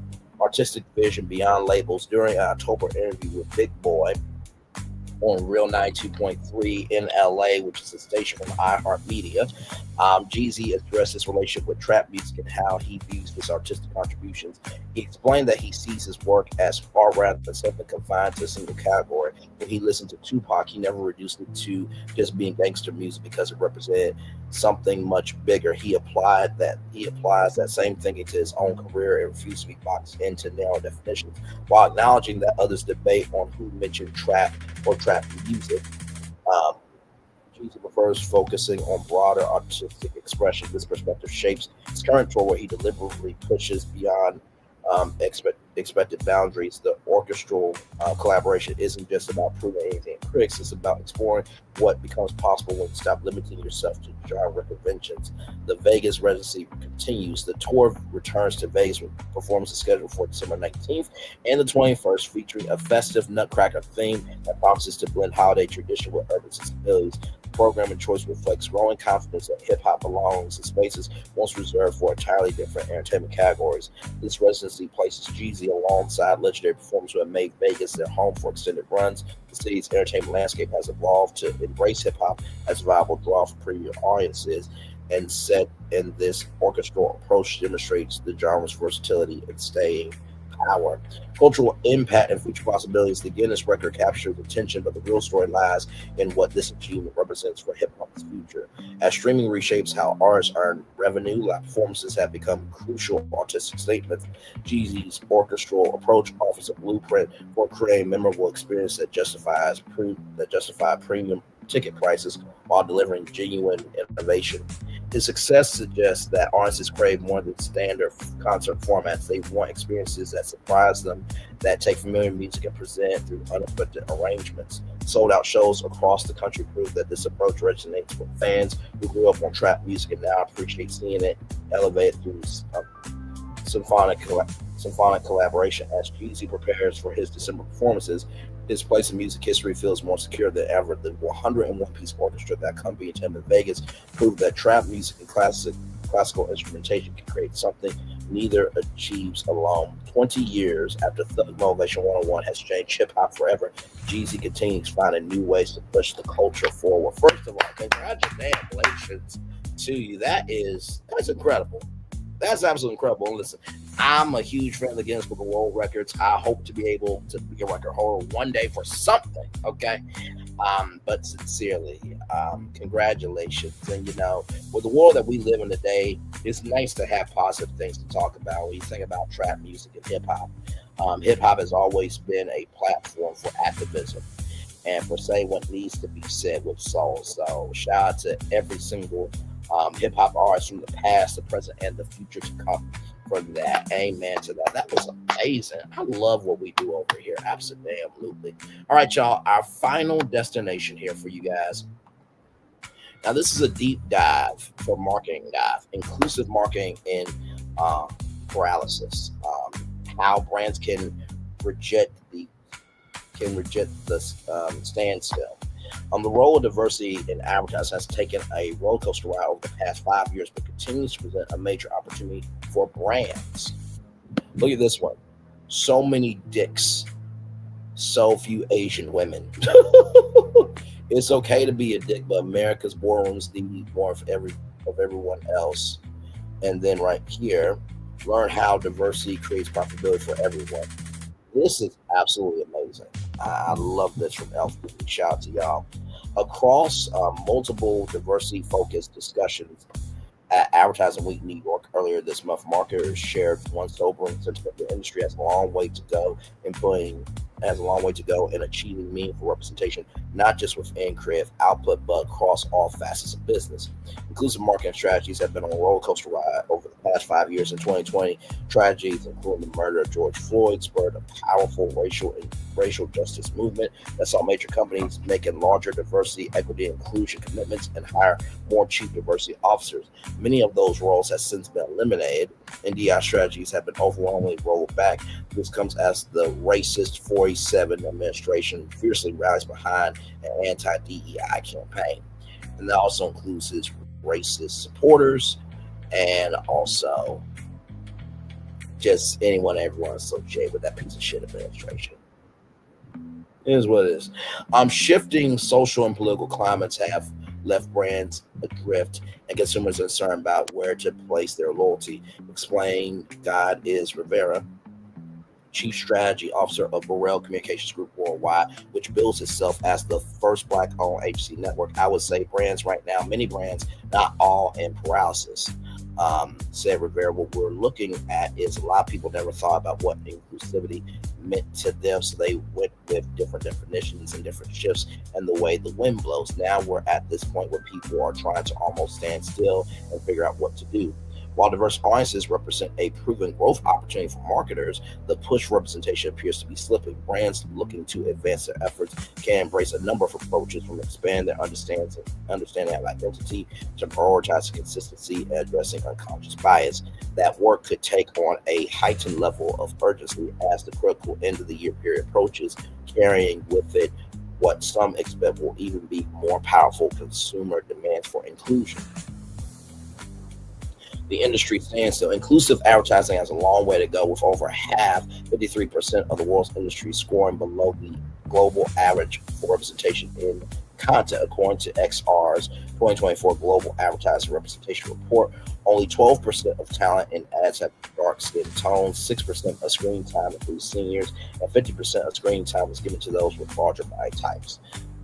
According to the report, which was developed by technology company XR and a female quotient, and used artificial intelligence AI to analyze nearly 1 million ads from 35 different industries. At the same time, there has been a 5% year-over-year decrease in non-white talent in popular TV programming to 42% overall, along with an underrepresentation of Hispanic talent, both on-screen and in ad impressions delivered to Hispanic households, according to Samba TV's 2025 State of Diversity TV report. That's to say nothing of corporate America's DEI pullback, which has led to thousands of layoffs and has had a stark impact on the ad industry. I think what we're seeing is what feels like abandonment. It feels like people and groups have been thrown overboard, and that is coming to light in what we're seeing coming out of the creative Rivera said Amazon, Target, and Walmart are among the companies that have scaled back DEI efforts. Meanwhile, brands like Dunkin' and American Eagle have faced backlash for what critics are calling dog whistles, alluding to the long disproven theory of eugenics in recent ads. Brands have become more confident in projecting values that exclude or harmful to diverse populations. Rivera argued the impacts on business will likely be felt, even if it feels good now and it feels like this is in vogue or something that is working. I don't think that long-term strategy is the smartest, but I would rather brands be who they are, said Rivera. It's the fact that brands are looking at people as expendable. It's not just a strategy for you, it's my life. God is Rivera's chief strategy officer of Burrell Communications Group Worldwide. Several factors help explain brand silence around DEI, including the racist 47 administration stance, which has left many fearful of being punished, explained Katie Thomas, lead of the Carnegie Consumer Institute. Brands have also been navigating increased demand for affordability amid economic uncertainty, which may be challenging them to reshuffle their priorities. Right now, consumers really are most stressed about finances. So we're seeing, not as specific to DEI, but any value, we're seeing kind of slowly ticking down in priority as people feel stressed about the price value equation, Thomas said. When it comes to juggling the want for affordability, 80% of consumers feel that shopping based on their values is more expensive, according to a quarter 2 2025 report from Carnegie. Additionally, 79% of consumers believe it's less important for a brand to voice its values and deliver on expectations around quality. That's not to say values like inclusion don't matter at the current moment, Thomas added, particularly when it comes to the long game of building loyalty. Consumers do have more options than ever. They can really choose to shop by their values, and when they have the money to do so, they will do so, Thomas said. Another reason for the pullback is the reality that brands often regarded values rather like inclusion as a fad instead of identifying and sticking with the set core of values. Rivera said the executive urges brands to take responsibility and think of inclusion first and foremost at the human level, not as a strategy. It's the fact that brands are looking at people as expendable. It's not just a strategy for you, it's my life. It's the life that my daughter gets to have. It's the one that my grandmother was denied. It's the one where my mother was stuck in the middle. It's our lives. It changes the trajectory of health outcomes, our self-esteem, our opportunities in the workplace. Rivera said brands can absorb a lot of what would happen if they did collectively speak up now, more so the individuals that they are throwing overboard. More so than the individuals that they are throwing overboard, rather. We're going to be flying again. The retreat from diversity in advertising's workforce is especially stark, given the true parity was never achieved in the first place. Diversity in the marketing industry dropped in 2023 for the first time in several years, according to the Association of National Advertisers, with people of color making up just 30.8% of the marketing industry versus 32.3% in 2022 as a record high. As a black woman, it's hard to see headlines like 300,000 black women have left the workforce. That's devastating because, again, when we are thinking about pushing the boundaries of inclusivity, if we are losing people who can architect culture because of their connections to their communities, we're going to be flying again. Then we're going to go back to just marketing one type of message to people, said Daisha Lomax, Chief Connected Community Officer of Digitize North America. While women have achieved great representation in the advertising industry, that often is done at the leadership level, explained Asha Shavi, CEO and co-founder of CME Index, a company that uses artificial intelligence to measure and benchmark brands' inclusivity efforts. Organizations need to reflect what the world looks like on multiple levels. You continue from age and gender to education levels and where people grew up. We know diverse thinking drives the best results, said Sharif, who moderated a panel at Advertising Week New York about the success of Elf Beauty and MAC Cosmetics and theme from their inclusion efforts. If I think about our country, regardless of how you feel, we are getting increasingly diverse. By 2045, we're going to be a majority country. I think this idea of general marketing is slowly done because there's no more general market. Exhibit A, from the B by Rihanna. Marketing with diversity in mind, the data or data shows show opportunity lies in establishing inclusive marketing strategies. The data or data show opportunity lies in establishing an inclusive marketing strategy. Rather, the fastest growing consumer market is diverse growth audiences, which represent 6.8 trillion in buying power, according to a panel at Advertising Week New York. 3/4 of consumers say a brand's diversity includes reputation influences their purchasing decisions, according to Cantor. Consumers right now are looking for brands to represent their values, especially during a time when they aren't seeing themselves be represented in other parts of the world, Shavit said. Brands have such a unique opportunity to create a safe harbor in this current environment, Shavit said. Fenty Beauty was launched in the last 47 administration, the racist 47 administration of that. And that was at a time, too, where I think people were seeking more representation and products that spoke to them. For brands unsure where to start, Shavit recommends being intentional about the groups they wish to target versus trying to be everything to everyone. And that's something that Bianca said. When you try to speak to everyone, you risk the chance at reaching no one. I thought that was a very powerful point from Bianca there. From the On brand with Jimmy Fallon, but most saying competition that was on NBC. From there, it's important for brands to strategize around how to show up across all consumer touch points or remain consistent in messaging. Consumers are really noticing today when a brand kind of flutters in and out for certain holidays, certain moment. It's like, where are they at for the rest of the year? She said, always say when we look at our data or data, if you're looking for a woman who's 55 plus, deep skin tone, large body size, she does not exist in advertising. Asha Shavit, CEO, co-founder, chief of Stevie Index rather. Some marketers have found themselves caught up in backlash for failing to remain committed to such initiatives, including Target, which continues to be the subject of a months-long consumer boycott for pulling back on its DEI efforts. Basically, black people own Target at this point. The pullback is also challenging to understand from business perspective after Target CEO Brian Cornell, he stepped down recently, pledged to increase black employee representation and spend more time with black-owned businesses. The company saw record growth in 2020 and comparable sales growth from 12.7% in 2021. Today, the retail continues to struggle with declining sales and consumer sentiment. While some could feel intimidated by taking a stance in today's climate, Shavit urges companies to look at the data or data. A lot of what we've been able to do at CV Index is bringing the data or data forward to say, hey, look, when you start to represent this group more in your ads, in your purpose, efforts, and the products you create for them, your penetration is also going up. This isn't a surprise. It's a direct relationship, Shavit said. Data or data can also help identify gaps. For example, people with deeper skin tones only receive 1/3 of the screen time in ads versus their lighter skin counterparts, Shavit said. Even in instances where brands hire talent with darker complexions, brands also struggle casting a wide skin tone aperture instead of choosing one or two people to represent an entire group of people, or fail to think beyond gender and race when considering someone's identity. When you think about a woman, there's the entire spectrum of every different aspect of diversity of representation, she said. I always say when we look at our data or data, if you look for a woman who's 55 plus, deep skin tone, large body size, she does not exist in advertising. Still, that has limitations, particularly when it comes to understanding a person's identity, explained Rivera. To resonate with specific audiences, brands should be willing to listen and immerse themselves in someone's identity beyond the surface level.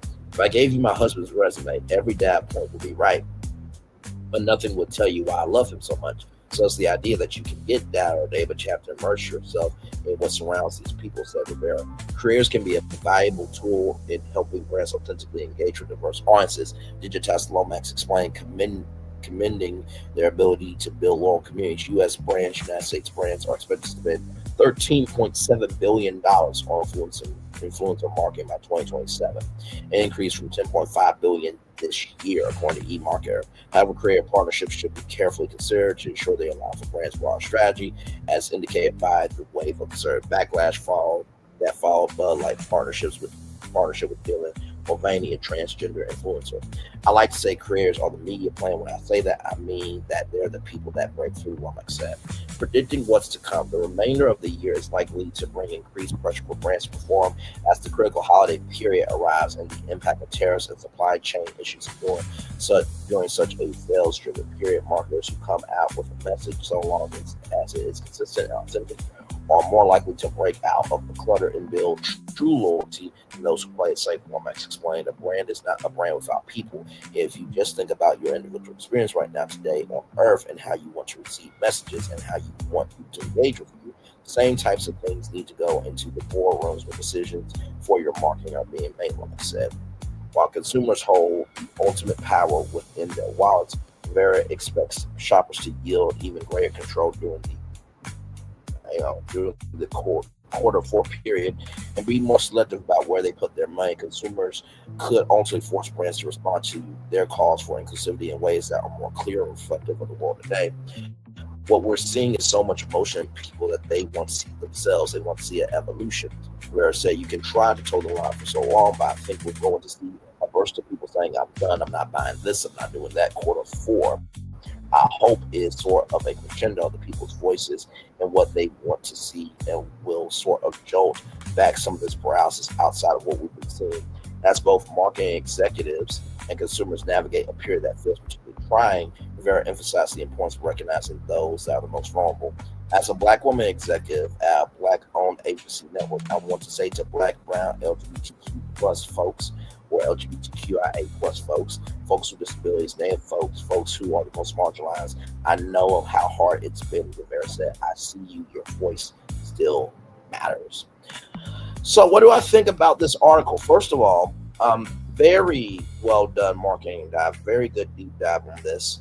I do believe that companies are bending over and getting raped by the racist, biggest, sexist, xenophobic, homophobic president, his administration, and all his supporters.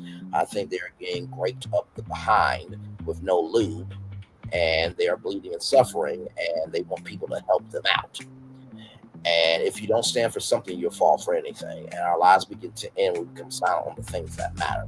So, at the beginning, middle, end of the day, if you don't have diversity, equity, and inclusion, not just on skin color, but of thought and on processes, how people with disabilities can get up the stairs, how people who can't see can be able to feel things tactfully. If we don't get beyond this, we won't have a world. So that's why I definitely think about this article. Great job to marketing dive. With that being said, I'm gonna turn off my camera now because we done the whole show over an hour. Yes, we have. What a jam-packed show for you all tonight. Yes, indeed. Let me tell you something. I really do love what we do over here. Listen, we keep it real over here. There is no doubt about it. Over here, listen, you saw the thumbnail, you know my voice, and damn it, you know why you're here. I call it like I see it. And in addition to that, there's a thing called freedom of speech. So if you don't like what people are saying about you, maybe, just maybe, you should be better in how you move. When you do good by people, people will do good by you. If you do bad by people, people will do bad to you. It is quite that simple. It's called the law of attraction. Like I said, with Carnival Cruise Lines making it do what it do by giving up supplies and resources to Jamaica. Shout out to Carnival Cruise Lines for making it do what it do. I think that is absolutely wonderful, and hopefully more companies will make it do what it do and do the right thing there for sure. With Paramount, the first 100 days have been rough. I don't know if Paramount is going to make it as a company anymore. I really don't. Like I said, they will eventually have to sell BET. And if they get Warner Bros. Discovery, they could combine both BET and the Open Network, or they could get rid of OWN, or they could get rid of BET, right? Because if you don't know, Paramount had to get rid of their diversity, equity, inclusion efforts, so they might make Warner Bros. Discovery do the same thing. CurlMix 20,000 orders. Or they closed down December 31st. I send love, light, and prayers to CurlMix. I believe that they will do it. And of course, if you cannot, donate or buy things, you can always share the story. We are as powerful as we allow ourselves to be, and we are only as weak as we allow ourselves to be as well. Pizza Hut. Before Pizza, entertainment marketing. I think that live streams are the future of entertainment. Anytime you want to do like a KFC live stream, that's entertainment marketing. Anytime you want to do a Best Buy live stream, that's entertainment marketing. If you want to do a long live stream, right? That's entertainment marketing. So finding ways to relate your brand to entertainment, I think that's going to be the future of reaching people, and not to mention too, it gives the networks and streamers more content. Now we're talking about Pizza Hut. The fact that Pizza Hut can be up for sale is absolutely crazy. We'll see who gets it. I would probably say Pizza Hut. How much Pizza Hut would go for? I would probably say maybe under 50 million. That's being cheap with Pizza Hut, but we'll see. Jeezy with that 101-piece orchestra being a Guinness World Record holder. Congratulations to you. That is so huge. Congratulations to you, good sir, and more blessings to you and your beautiful child with Jeannie Maya. I pray for both of y'all. You know what I mean? It was rough. It was messy. It was just energy with y'all divorced, but I do send blessings to both of y'all because that beautiful child that y'all have. And congratulations again on that Guinness World Record that you achieved in that 101-piece orchestra. And then, of course, DEI matters. Without diversity, equity, and inclusion, what do we have as a people? I think so many times people think that it's all about, having black people in the room, having Indian people in the room. Well, guess what? Mostly of everything that has been built by blacks and minorities. Hell, do we need to go back to slavery as a lesson? Because guess what? Black people knew the best kind because they were in the fields, because the white people didn't want to do shit. So you use diversity, equity, and inclusion back then, but yet you cancel it now because you don't want no one else to have power but you. And that's not all white people, okay? Good Lord Jesus. Now, with that being said, let's get to the Daily Motivator. Get on out of here, y'all, because what a jam-packed show, child. What a jam-packed show. Here we go, everybody. Without courage, wisdom bears no fruit. Basar Grayson. I so agree with that. It's time for the Daily Motivator for Tuesday, November 4th, 2025, everybody. Needless needs. Release yourself from the need to need. Let go of the desperation to take and consume, and allow the genuine fulfillment that comes from what you give and create. Enjoy living in the moment you're in, unencumbered by resentment of what has been or fear of what might come. Express the true richness that's constantly around you, within you, and moving through you. Focus less on what should have been and what could have been. Put your energy into all that is and the best that can be. Escape the exhaustion of empty artificial desires. Direct your attention towards expanding the richness and fulfillment of life. Choose activities that transform passing time into enduring value. Fill your thoughts with so much appreciation that no space remains for craving. Reduce the needless ends in your life, and you'll dramatically increase opportunities for freedom and fulfillment. Ralph Morrison. Oh Lord, this one is a deep one. When you need to be seen by everybody, that means you don't see yourself. And that's the first thing I will tell you. If you need people more than you yourself seeing yourself, you ain't shit. Just being honest. It is one thing to say anything for attention, but you have to back that up with facts. And like I said, when this show ended, was going to prove who's a real content creator, who's not a real content creator. And not to have the black markets and black imagination, but don't ever say that this is a real test when you failing to test your fucking damn self. That's the first thing I'll say, okay? Second thing I'll say, focus less on what should have been and what could have been. Steve Harvey said something very deep. He said, I was who I was, I am who I am, and I'm cool with both of the people. And, I'm that way myself. I was who I was, I am who I am, I'm cool with both of them people. In life, we have missed opportunities in life. Sometimes we have missed opportunities because of our own fault. And then other times it wasn't the right circumstances for us to chase after those things. But guess what? The things that you missed out on probably were not even meant for you. Because what God has for you, it comes back to you null and void. There are no mistakes, because he went through that 1,000,000-point inspection to make sure it was perfect just for you. That's the second thing I'll tell you. And finally, choose activities that transform passing time into enduring value. I can tell you from every tour that we have done, I have always learned something. Whether I've learned, that I can be more than what I think of a certain destination that we've talked about. I want something from you guys in our audience. On my job, I work in retail. I can see a little bit of everything and everybody. And what I have seen since 2020 is that nobody is better than anybody else. Just because you got more money doesn't mean you ain't struggling.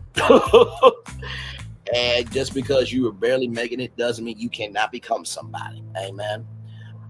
That's the second thing I will tell you there. And finally, the third thing, right? Reduce the needs in your life. So if you reduce what you think you need, understand that if you don't get it, that doesn't mean that you are a winner or a loser. You are so at peace. When you need more than what you are allowing, you have missed the plot. Do not ever ask for what you want if you are not allowing that energy into your life. Okay, just keeping it up. And with that being said, everybody, it's time for the best outro on YouTube. Know what you're doing, do what you know. Never say you want something special, because you are always one of us, and trust you may not be where you want to be, but by the end of it, you'll be where you need to be. Do what you've been chosen to do. Why it's one thing to call yourself, is another thing to be chosen. One love, much love, all love. I have spent time with you. You have spent time with me. Hopefully, by spending time together, we'll also be great together. And always remember, where you're doing radio, television, YouTube, living your best life, or just recognizing that at the beginning, middle, end of the day, it does not matter how big you are, but if you're really that big, then be about matching that in your actions and your movement. Make sure the replay is not just where you watch it, not just where you listen to it, but if you want to experience it again. I love you. I value. I embrace you all. Always remember, receive love, you gotta give it, and receive love, you gotta give it, and receive love, you gotta give it. Wherever obstacles you have overcome, where success you have achieved upon this particular day, I'm extremely proud of you. But no one's as proud of you. Be proud of your damn self. And finally, y'all, listen. There is some breaking news happening right now, just to let you guys know. There was a UPS plane crash near an airport in Louisville, Kentucky. Just literally broke at 7:40 p.m. So literally breaking news right now. I want to send light, love, and prayers to everybody involved in that. And this is what I mean. We can either be right, or we can be about being happy. And at this point in life, I am so tired of people wanting to be right that they negate the pain that's in the world. And please, for the love of God, if you want the world to be healed, connect with healers and quit connecting with people who fucking destroy. Understand? Good damn. One love, much love, all love. I feel love is in the right back to you. Commercial break and fireworks coming your way for the day that was, for the day that's coming, for the blessings. The only way for you, me, all of us as a society, as people, as culture. I feel love, and I send it right back to you. Good night, everybody. Love you all. Bye-bye.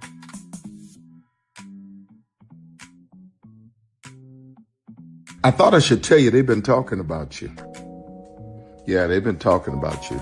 They've been talking about the fact that they've done everything they could to stop you, and everything they could to block you, but you still win.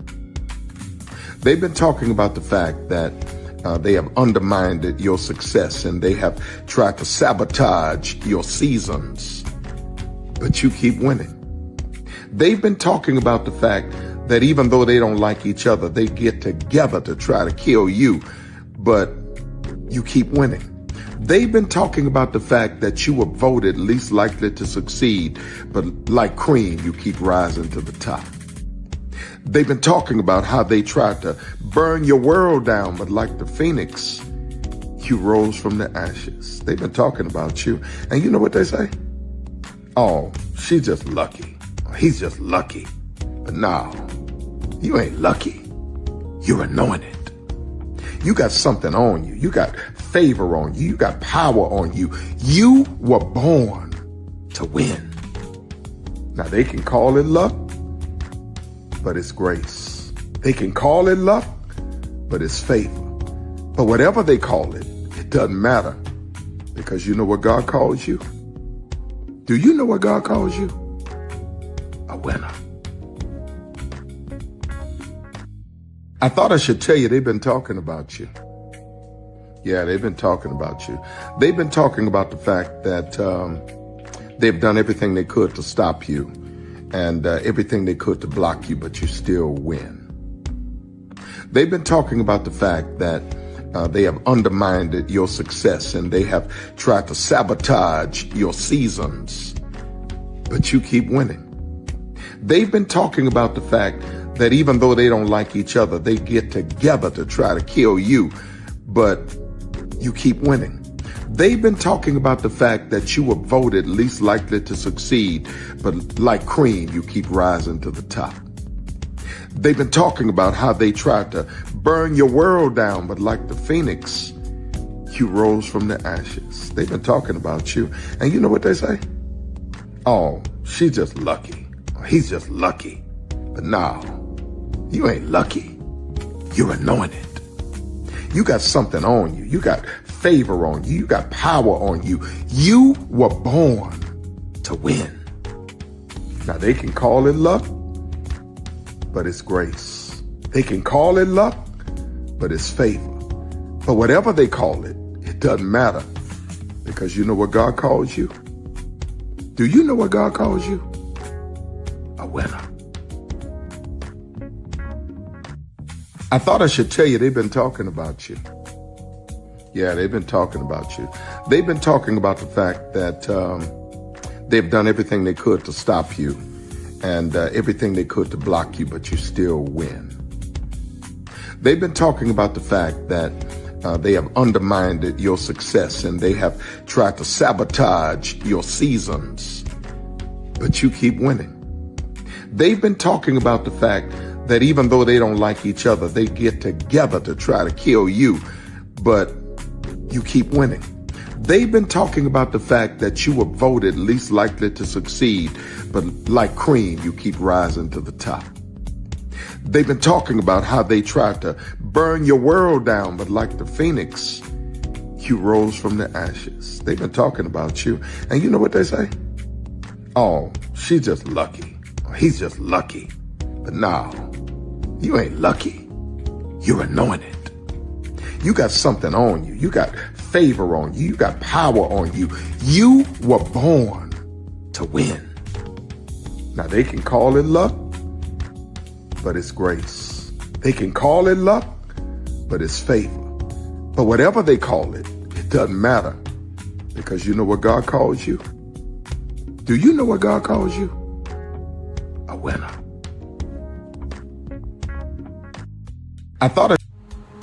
Good evening. My name is Mark Woodbury. I'm the chairman and CEO of Universal Destinations and Experiences. Well, we're finally here. Tomorrow we begin a new chapter at Universal Orlando Resort as we open Epic Universe. We built this place for you. I want to thank you, our fans, for your love of our stories, characters, and immersive experiences that inspired this incredible place. Epic Universe represents over 8 years of meticulous planning, immense creativity, and innovation, combined with unmatched craftsmanship and operational excellence on the part of thousands of people who have brought to life the stories and characters that live beyond each of Epic's portals. But it represents so much more. Your love of Universal and the deep connections we've shared together here in Orlando over the past 30 years inspired us to dream bigger and to push the boundaries to create something extraordinary for you and for generations of fans and families to come. And tomorrow, as we open Epic Universe, I can't wait for you to experience this place for yourself. Now it's your turn to step inside, to lose yourself, and to share this place with the ones you love most. As we open this park, we hope your world becomes a little more epic. Tomorrow, Epic Universe becomes yours.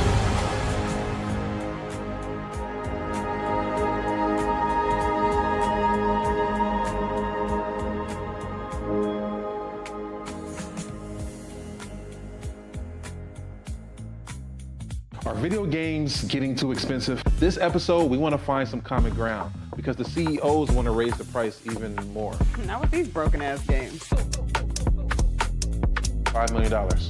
That's how much San Andreas costs to make. Is it their fault for selling or our fault for buying? Corporations claim all this stuff. Devs say otherwise. Sports gamers, cozy gamers, whatever you call the people who play Power Wash Simulator. I think it stings a little bit more because I'm spending my actual money and my mom is not. Imagine they get rid of all movie theaters and then charge you the same price to watch the same movie at home. That's like every streaming service. It doesn't have to be the longest of games, but am I having fun with it? This is Lex. I'm Ronell. Let's get right into it.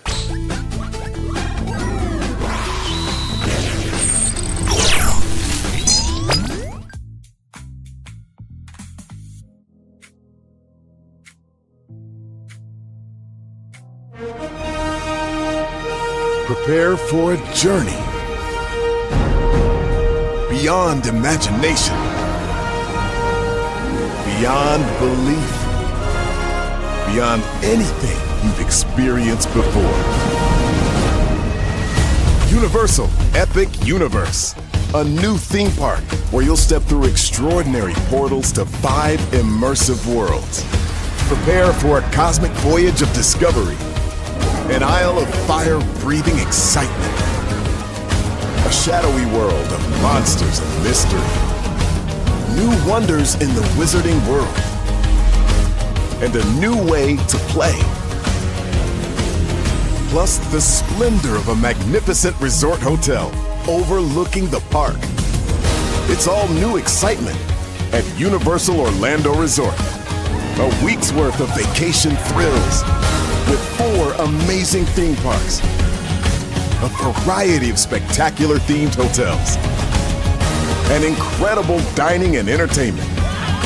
It's all at Universal Orlando Resort, where you'll find new adventures every day. Explore the astonishing worlds of Universal Epic Universe at Universal Orlando Resort. Because here's the thing, a good streamer can find other content. Because here's the thing, a good streamer can find other content. Because here's the thing, a good streamer can find other content. Because here's the thing, a good streamer can find other content.